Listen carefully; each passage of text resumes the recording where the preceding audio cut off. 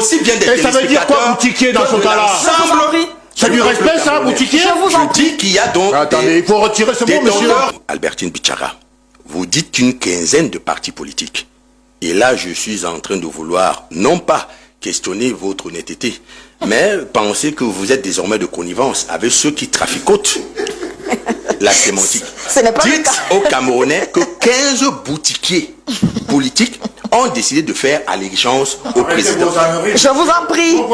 Paul Maïs parlait de respect pour toutes les personnes, les leaders politiques, parce que c'est difficile de faire la politique. Je suis respectueux. Et vous appelez les gens de boutiquiers? Je suis mais arrêtez vos âneries, monsieur. Je suis respectueux. Mais vous n'êtes pas respectueux du tout. Alors retirez le mot boutiquier. Ça veut dire quoi, boutiquier? Et ça veut dire quoi, boutiquier, dans ce cas-là? C'est du respect, ça, boutiquier? Je dis qu'il y a donc attendez, il faut retirer ce mot, monsieur. Des de boutiques politiques qui ont décidé de faire allégeance à celui qui est distributeur des privilèges. Monsieur Maël, Monsieur Ango, Président N'Djamène, il ne se passe pas un jour sans que les déchiquetures des corps de femmes ne soient présentées par les réseaux sociaux. Nous vivons tous ces enfants embrigadés par la délinquance qui consomment de façon stupéfiante de la drogue. Ne parlons pas de tel ou tel autre aspect. Vous pensez qu'un homme rationnellement constitué pourrait encore accorder sa confiance à celui qui est à l'origine de cette désagrégation de notre pays? Absolument pas. Ici, il faut donc sous-tendre leur démarche par une motivation strictement alimentaire.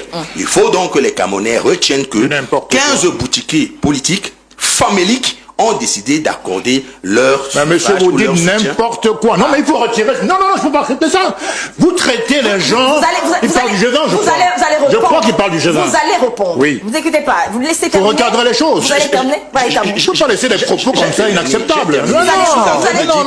Non, ce conglomérat de pseudo politiques ne bénéficiant d'aucune légitimité populaire en termes de représentants politiques, bien évidemment. Vous comprenez donc que ce sont des débrouillards qui ont décidé de converger vers celui qui peut donner de bons points, des bonbons, des biscuits ici.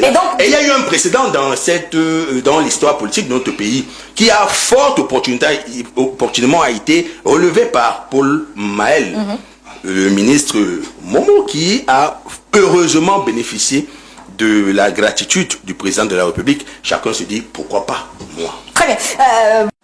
Est-ce que le bâtonnier candidat à Keremouna voulait dire que à 92 ans, on est automatiquement incapable de gérer le pays? Ou est-ce qu'il pense réellement que la première dame, puisque je vois l'allusion qui a été faite par cette requête, avait sous sa dépendance le président de la République?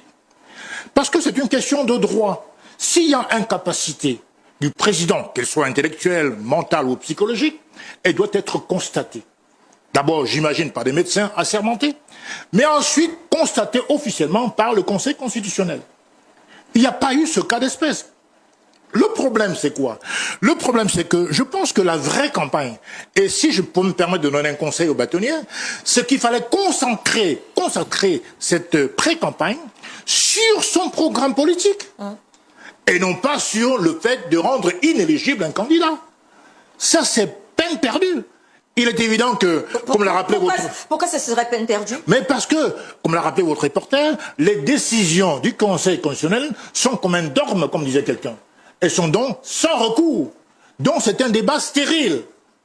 La vérité, c'est qu'aujourd'hui, on ne peut pas gagner en popularité en demandant que l'un des candidats soit inéligible. Et ça donne l'impression qu'on a peur d'affronter quelqu'un.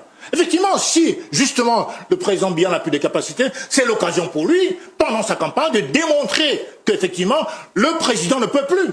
Et dans ce cas-là, acquérir le plus de suffrages possible. Ce n'est pas ce qui est fait. Donc, il faut rappeler le contexte. Le contexte, c'est les normes d'éligibilité. Et d'ailleurs, même, j'ai entendu dire à gauche à droite que la première dame n'était pas française. Non, elle est née d'un parent camerounais. Que dit la loi de 68, du 11 juin 1968? Un Camerounais, tout enfant légitime ou naturel, qui est né d'au moins un parent camerounais. Si ce n'était pas le cas, Joshua aussi serait disqualifié également, puisqu'il est né d'un parent suisse. Donc il y a un faux débat. Il faudrait que le candidat de l'univers puisse concentrer ces dernières semaines à démontrer aux Camerounais qu'il pourrait faire mieux que Paul Biya, au lieu de s'engouffrer dans un débat sans fin. Débat stérile également, Sam Severango. Est-ce que le RDPC aujourd'hui ne devrait pas prouver que son candidat est capable? C'est un débat qui revient pour l'éthique, tout au moins, de cette campagne qui arrive, de ce processus électoral, de répondre à ces questions qui sont parfois posées sous table et parfois même au Conseil constitutionnel sur la capacité quand même de votre candidat à diriger finalement le pays s'il était élu au soir du 12 octobre. Non, le RDPC n'a prouvé du tout, comme le rappelait M. N'Djamène. Effectivement, c'est aux autres de démontrer qu'ils sont en capacité. Le RDPC a dirigé le pays de main de maître avec M. Paul Biya pendant des décennies, avec une certaine réussite. Donc on ne peut pas prétendre aujourd'hui que on a des choses à démontrer. Vous savez, petite digression, en 2017, moi j'avais tout claqué, tout renversé pour suivre le candidat Akérémona. J'ai quitté le groupe de presse parce que je croyais en lui. D'ailleurs, moi, je m'étais promis par élégance de ne pas avoir à reparler des personnes avec qui j'ai travaillé. Mais là, sur ce coup, moi, je suis complètement déçu. Mais il aura réussi une chose quand même, c'est déjà de faire parler de lui. C'est-à-dire qu'en pleine campagne, sans doute que son programme n'a pas un réel contenu et qu'il n'y avait pas des choses à dire sur son aptitude à pouvoir prendre le bateau Cameroun. Parce qu'en 2017, nous étions à Equinox, vous et moi. J'ai quitté Equinox parce que je comptais sur M. Akérémona en se disant, voilà, quelqu'un qui peut prendre les rênes. J'y croyais véritablement. Mais aujourd'hui, que voit-on? Non, il aura donc réussi à avoir beaucoup de micros autour de lui, à avoir des émissions entières dédiées sur des plateaux de ce dimanche, et on en parle. Ça fait du bien, c'est bien.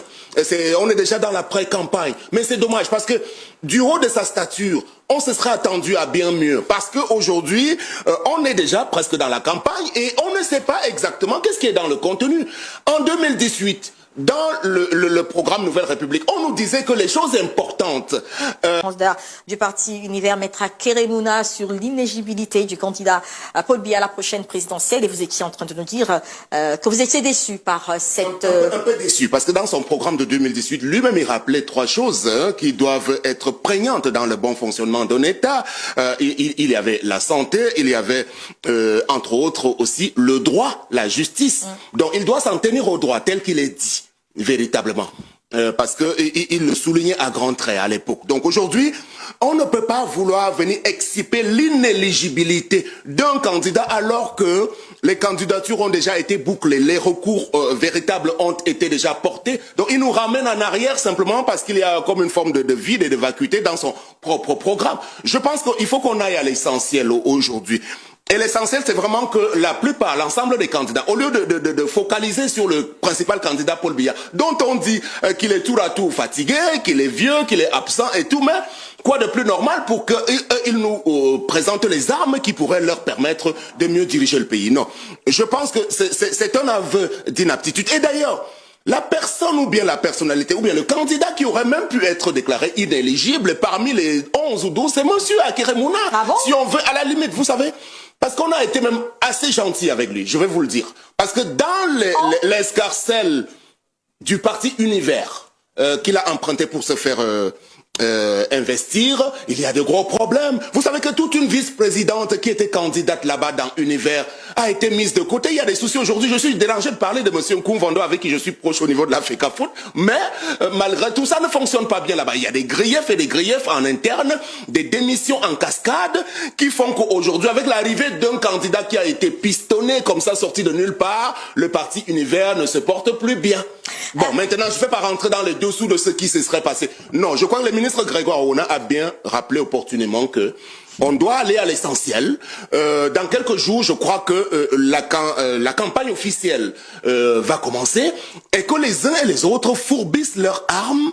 Mais je suis un peu déçu par ce à quoi on assiste. Moi, j'étais dérangé de venir parler de ce sujet qui nous perd un peu de temps un dimanche comme celui-ci. Lui, David Lobé, une opposition mal de stratégie, c'est également ce qu'on a entendu lorsqu'on a évoqué ce recours de Maître Akérémona. N'est-il pas dans son droit, justement, d'estimer aujourd'hui que le président candidat du RDPC n'a pas du tout la capacité de diriger après le 12 octobre prochain? Cette requête de constatation d'inéligibilité du président Biya par le candidat Keremouna n'est pas simplement un acte politico-juridique. Il s'agit davantage d'un diagnostic patriotique qui relève le type de gouvernance qui prévaut dans notre pays. Il met en relief la notion de l'intermédiarité, c'est-à-dire qu'il y a désormais un trait d'union, un intermédiaire qui vaque aux obligations régaliennes du président de la République. Et un ensemble de données connues, consacrées, visibles et palpables de tous peuvent être mises ici en relief. Primo, le palais. Le palais de l'unité est ce lieu où travaille le président de la République, élu de la nation. C'est ce lieu où se prennent ces décisions qui engagent la vie, l'avenir et le devenir de notre pays. Le palais ne saurait être transmis en siège d'un parti politique vers lequel convergent des hordes de Camerounais venus faire allégeance à un candidat spécifique. Nous notons également qu'un haut fonctionnaire, Monsieur le ministre d'État, secrétaire général, s'est transmis un agent politique chargé de recevoir toutes les adulations de ces masses populaires qui y convergent. Il faudrait donc établir le distinguo net entre le siège politique du candidat qu'on veut adoubler et l'institution qu'est le palais de l'unité. Secondo, il y a cette patrimonialisation de l'État. Il y a au sein du gouvernement des ministres dont le bail est vingtenaire.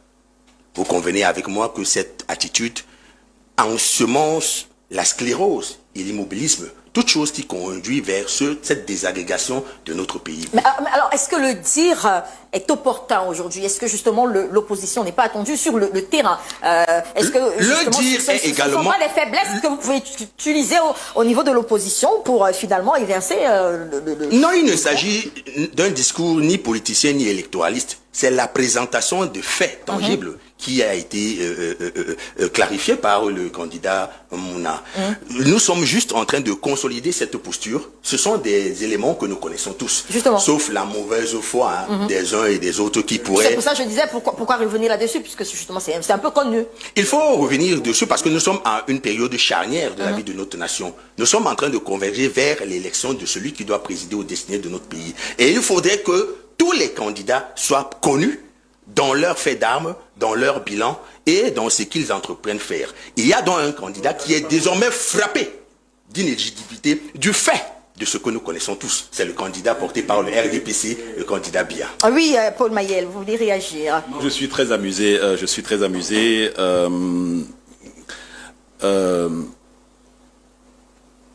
Sam Sévérin, en gros, s'il voulait être totalement honnête, devrait commencer peut-être par expliquer aux téléspectateurs les raisons pour lesquelles il a quitté l'équipe d'Akeremouna en 2018. Ce n'était pas parce qu'il était déçu par son programme, c'est pour d'autres raisons que je ne reviendrai pas à évoquer ici parce que je n'aime pas parler de... Je vous l'ai dit, il ne faudrait pas que nous parlions d'un débat de personnes. Ça, c'est la première chose que je voulais dire. Mais Sam, quand même, on peut ne pas... Mais là, vous perdez du temps à parler de moi.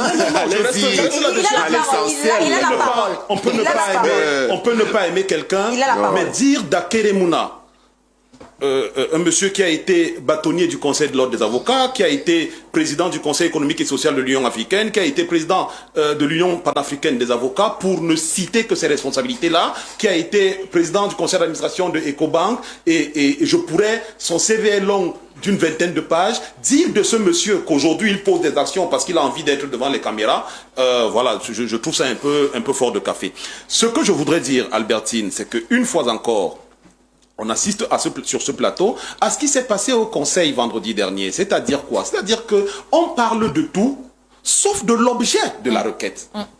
Et je remercie M. Lobé d'avoir mentionné le fait que la requête était purement factuelle. Les pièces portées au dossier étaient eux aussi des éléments purement factuels. Si vous venez me dire aujourd'hui que questionner la capacité à gouverner d'un candidat à l'élection présidentielle à 2 mois de la dite élection est un débat superflu, je me demande quel est le débat le plus important. Il est important aujourd'hui que le Camerounais qui ira dans l'urne le 12 octobre prochain avec son bulletin dans la main se pose la question si en déposant mon bulletin pour tel ou tel candidat, est-ce que cette personne est en capacité d'exercer le pouvoir pour lequel je le mandate ou est-ce que quelqu'un d'autre va l'exercer à côté? Le candidat a demandé à la Cour deux choses simples. Soit la comparution du candidat Paul Biya pour venir lui-même à la barre attester de ce qu'il est effectivement apte à diriger le pays, soit la production d'un bilan médical réalisé par des experts indépendants qui attesteraient donc ce que le candidat est apte à gouverner. On n'a eu ni l'un ni l'autre. Je vois le ministre Guéguaro, on a évoqué la présence du ministre directeur du cabinet civil. Effectivement, M. Mvondo-Ayolo, directeur du cabinet civil, donc proche collaborateur du chef de l'État, était dans la salle à 3 reprises. À la fin des plaidoiries, à 3 reprises, le président du Conseil a demandé est-ce que les mandataires veulent prendre la parole? Il n'y a que Grégoire Ona qui a répondu pour faire 2 précisions. Le directeur du cabinet civil aurait très bien pu se lever et dire ce qu'on a entendu là, dire que Monsieur le Président, je suis ici parce que je sors d'une séance de travail avec le président de la République. Nous avons commencé hier, nous continuons aujourd'hui et après ici, je vais repartir le voir. Il ne l'a pas fait. Donc aujourd'hui, qu'on dise que c'est un débat superfétatoire et qu'Akeremouna cherche du buzz, Akeremouna cherché du buzz dans ce pays, mais vraiment, ne charrions pas. Je vous relance, peut-être que ça me permet de vous relancer sur cette question que j'avais posée avant. Alors, non, bah, vous me laissez quand même mener le plateau comme je le veux. Hein, merci. Alors, c'est une petite précision que je voudrais faire pour bien comprendre, parce que c'est de cela également qu'il s'agit. Alors là, le recours, c'était surtout pour remettre ce débat au goût du jour, le débat de la capacité du président Paul Biya à diriger le pays, parce que vous ne pensez pas vraiment que l'inéligibilité allait être constatée par le Conseil constitutionnel. Nous ne sommes pas totalement naïfs non plus. Les dernières sorties du Conseil constitutionnel ne nous laissaient pas penser que cette instance pourrait déclarer l'inéligibilité du candidat, mais une partie de notre objectif est atteinte en ce que le débat a effectivement lieu aujourd'hui, que les Camerounais, même si les éléments que nous avons évoqués sont connus de tous, des Camerounais aujourd'hui de plus en plus se posent la question de savoir est-ce que en portant le président Biya à la magistrature suprême le 12 octobre prochain, est-ce que nous ne donnerons pas le pouvoir à quelqu'un d'autre par procuration? Est-ce que le président... Parce que ce qu'il faut oublier, il faut pas oublier, s'il vous plaît, je voudrais apporter cette précision.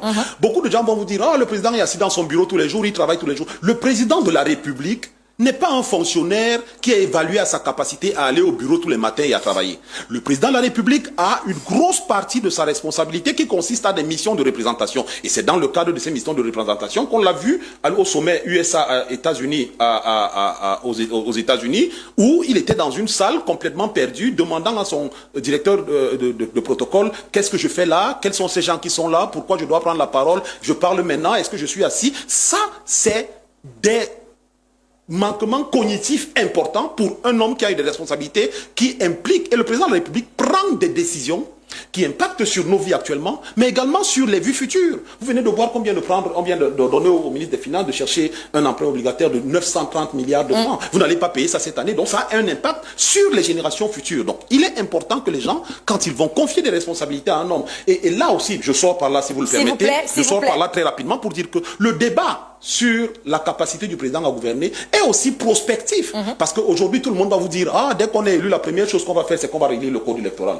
Mais nous, on est très surpris que quand vous voulez faire le concours pour entrer à l'école à l'ENIEJ, on vous demande de produire un certificat médical pour montrer que vous êtes apte et ceci. Mais il n'y a aucune disposition dans la loi électorale qui demande à un candidat à la présidentielle de fournir son bilan médical qui puisse attester qu'il est apte physiquement, mentalement, cognitivement à diriger. Et ça, c'est questionnable. Une minute sur la question, parce que je voulais poser une autre, mais allez-y. Oui, moi, j'étais dérangé. Je prévoyais qu'il y aura cette petite passe d'armes entre M. Maël et moi. Et moi, je suis dérangé. Il faut qu'il évite d'invoquer. Il ne connaît pas les raisons pour lesquelles je suis parti de l'équipe. Sinon, je serais obligé d'évoquer les raisons dans lesquelles il est arrivé dans l'équipe. J'étais le premier à constater ce long CV. C'est ce que j'ai dit, Maël. C'est-à-dire que quand j'étais à Equinox, moi-même le long CV de Akere, je me suis dit, mais voilà le prochain chef d'État, je suis parti. Bon, maintenant, ce n'est pas de ça dont on parle, effectivement. On dit qu'il recherchait le buzz dans le cadre de la campagne électorale de 2025 qui est vide de son côté. Donc, il a réussi à faire parler de lui et c'est le constat général de ce dimanche. Il est à la une de tous les plateaux. Et c'est bien, vous n'allez pas dire que ça ne vous profite pas quand même. Donc, et nous disons dans le même temps que c'est peine perdue, il doit se consacrer. Vous n'avez pas à définir votre projet de société sur les capacités cognitives du candidat Paul Biya. Non, sortez de là avec la bagatelle de connaissances sur les questions de gouvernance que vous lui reconnaissez. Mais pourquoi pas vous consacrer à cela? La vérité est qu'en 2018, M. Akere, d'ailleurs, n'était même plus candidat, il a rejoint M. Kamto, donc je ne peux même pas invoquer son classement. Et aujourd'hui, il y a d'autres candidats qui sont en avance. Je veux dire que même le candidat Kwemo, qui est sur le plateau, est beaucoup plus en avance par rapport au bâtonnier Akere Mouna. Dans les sondages. Vous avez fait un sondage, mais à la limite, aujourd'hui, il a réussi. Quelle est la source de votre sondage? On est d'accord, vous êtes devant le bâtonnier, non? Quelle est la source de votre sondage? Quelle est la source? Je suis un observateur. Ce que j'indique, c'est que la campagne du bâtonnier, du représentant du candidat de Univers est en mal. Et pour la relancer, il était question quand même d'imaginer quelque chose. J'imagine que c'est vous le conseiller spécial, parce que M. Maël, vous êtes tantôt porte-parole, tantôt conseiller spécial. Si c'est vous qui avez amené cette idée... Conseiller spécial et porte-parole. Et porte-parole, voilà, très bien. Donc l'idée émanant de vous. Donc, je vous dis donc que votre idée était mal choisie et maladroite, si c'est ce type de conseil, parce que c'est contre-productif. De la part d'un éminent juriste international, dans la plupart des organisations, on se serait attendu à bien mieux que ça. C'est ce que les Camerounais doivent retenir. Bon, vraiment, à partir de demain lundi, proposez-nous autre chose dans le cadre de votre campagne. Laissez le candidat du RDPC avec ce qu'il a à proposer. Si vous estimez qu'il n'est plus en capacité, alors tant mieux, profitez-en. C'est ce que nous disons. Très bien. Au moment justement, parce que ce débat, il faut être de mauvaise foi pour dire que c'est la première fois qu'on entend parler, la plupart des partis d'opposition, des communicants que nous recevons, reviennent souvent de façon claire, parfois subtilement, sur cette capacité du président, du candidat de votre parti, le président du RDPC, le président de la République, à pouvoir diriger désormais sur le long terme, hein, comme le dit. Et c'est à ce moment que certains partis d'opposition ont justement décidé de lui apporter son soutien. Je vais parler du candidat, du président de APAR sur ce plateau, qui lui a décidé de s'allier justement au G20, qu'on pourrait appeler aujourd'hui G35, mais qui reste G20 puisque nous avons appris que ce sera désormais comme ça la plateforme qui se veut plutôt être une vision.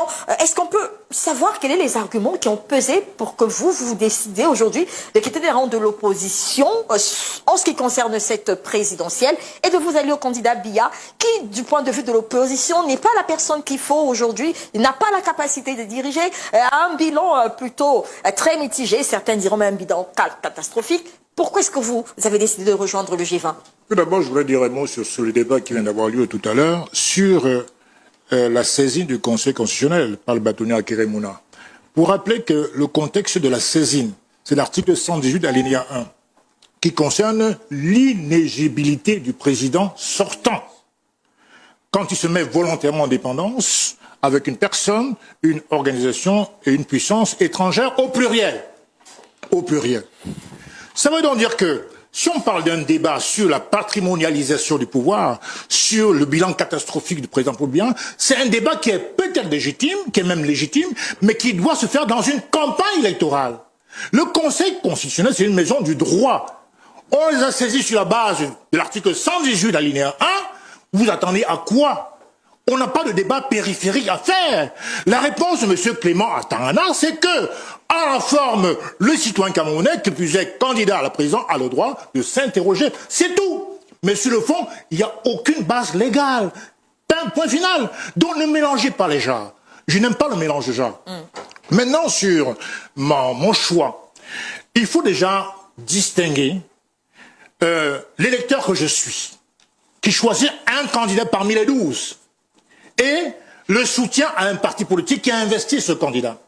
Rappelez-vous qu'en 2002, M. François Hollande, qui est du Parti Socialiste, a soutenu, a appelé à voter M. Jacques Chirac, face à Jean-Marie Le Pen. Rappelez-vous. Donc, en fonction du contexte du casting, dans le cas du Cameroun, par exemple, il y a 12 candidats. Pour moi, je considère que les 11 candidats de l'opposition, quasiment tous, peut-être moins une personne, ont des liens très profonds, très avancés avec le régime en place. Ça veut dire que pour moi, c'est des faux opposants, au moins 10 sur 11. J'ai la liberté de conscience de choisir le candidat que je veux. Moi, en tant que Célestin Djamène, c'est mon droit. Je ne parle pas d'adouber le bilan du président Paul Biya de 43 ans. Je ne parle pas de soutenir le RDPC. Je parle du choix d'un candidat sur 12. C'est ma liberté de choix et c'est ma liberté de conscience. J'estime qu'en termes de capacité, d'expérience, de stabilité et même de paix dont nécessite le pays aujourd'hui, le moins mauvais, c'est M. Paul Biya. Il faut qu'on le dise. Aujourd'hui, vous avez 11 candidats face à Paul Biya. Il y a 2 qui sont anciens ministres, qui ont fait croire au monde entier qu'ils sont des opposants. On est ministre le mardi, on est opposant le mercredi. Et les gens gobent tout et n'importe quoi. Non, ça ne se passe pas comme ça. Et puis, ils avaient le pouvoir en tant que ministre. Ils pouvaient donc sauver l'opposition. Ils pouvaient sauver le peuple. Mais c'est quand ils ont perdu le pouvoir qu'ils prétendent sauver l'opposition. Mais c'est une fumisterie. Je ne peux pas les considérer comme des opposants. Pour moi, c'est des revenants et pas des opposants. Vous avez au moins 4 parlementaires, plus un conseiller municipal, me semble-t-il, un maire de Foumbal. Vous avez un triplet d'inconnus. Monsieur Carson Ateki, monsieur Arbé Bouga et monsieur Iodi Iram. Alors, ils sont aussi transparents que leur programme. Il y a aussi des connus, hein. Personne, les connus peut-être pas par vous, mais la majorité camerounaise ne le connaissent pas. Alors, quel est le programme? On ne le connaît pas. On ne vend pas un poisson dans l'eau. Donc, c'est le choix de l'électeur que je suis sur un candidat parmi les 12. Alors, vous avez dit tout à l'heure que vous ne considérez plus ces anciens ministres comme étant des opposants. Est-ce que vous considérez comme un opposant encore aujourd'hui? Bien entendu, il ne s'agit pas ici... Attendez, vous pensez que M. Kodok n'était pas opposant? M. Kodok, quand il était entré au gouvernement, était un opposant. M. Momo a toujours son parti, il se considère comme un opposant. Ouais. La question de savoir, est-ce que l'électeur que je suis a la liberté de choisir? C'est tout.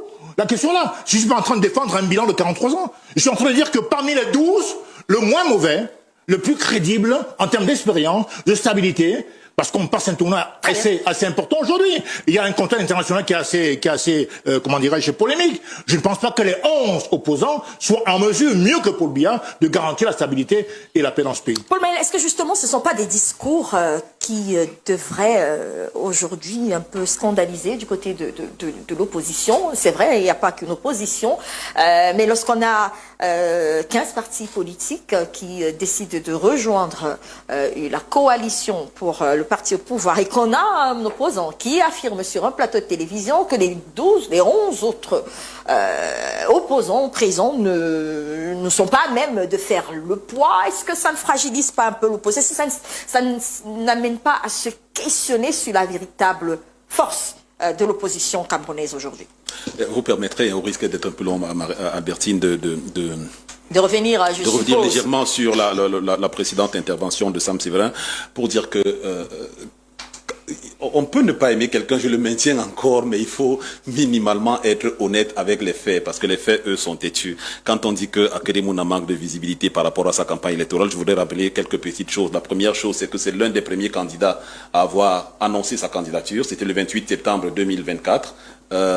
C'est l'un des premiers candidats à avoir constitué autour de lui une plateforme. C'est d'ailleurs cette plateforme qu'il a plébiscité pour être à la tête de la plateforme. La plateforme, c'est l'UPR, qui regroupe une dizaine de partis politiques et d'organisations de la société civile.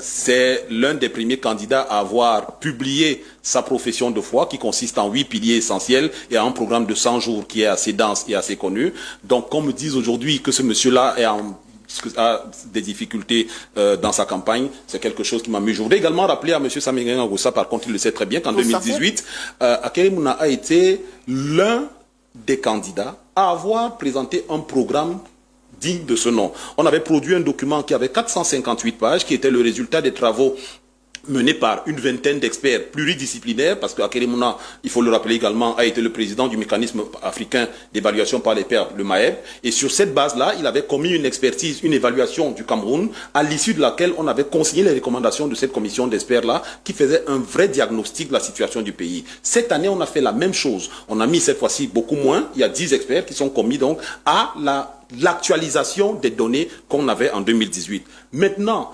pour revenir à la question que vous posiez, oui, je voudrais simplement dire à Célestin Djamène qu'autant il questionne et interroge l'opposition des autres candidats, autant son opposition à lui pourrait être questionnée, parce que vous avez en face de vous un monsieur qui a quand même navigué entre 3 formations politiques qui ont des idéologies totalement différentes. Mais comme Célestin, 2 ou 3. Non, mais quand je vous ai connu... Non, parce que je voudrais rappeler... Quelle est l'idéologie de la part? Vous la connaissez, l'idéologie de la part? Non, je voudrais rappeler à Célestin Djamène que quand il est revenu au Cameroun, j'ai